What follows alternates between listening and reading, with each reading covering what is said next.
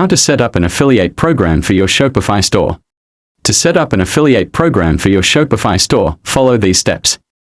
1. Choose an affiliate app. Go to the Shopify App Store and install an affiliate marketing app like Referzion, UpPromote, or GoAFF Pro.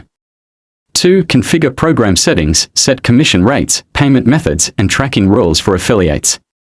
3. Create an affiliate sign-up page. Allow influencers, bloggers, and customers to join your program. 4. Generate unique affiliate links. Affiliates will use these links to promote your store and track sales.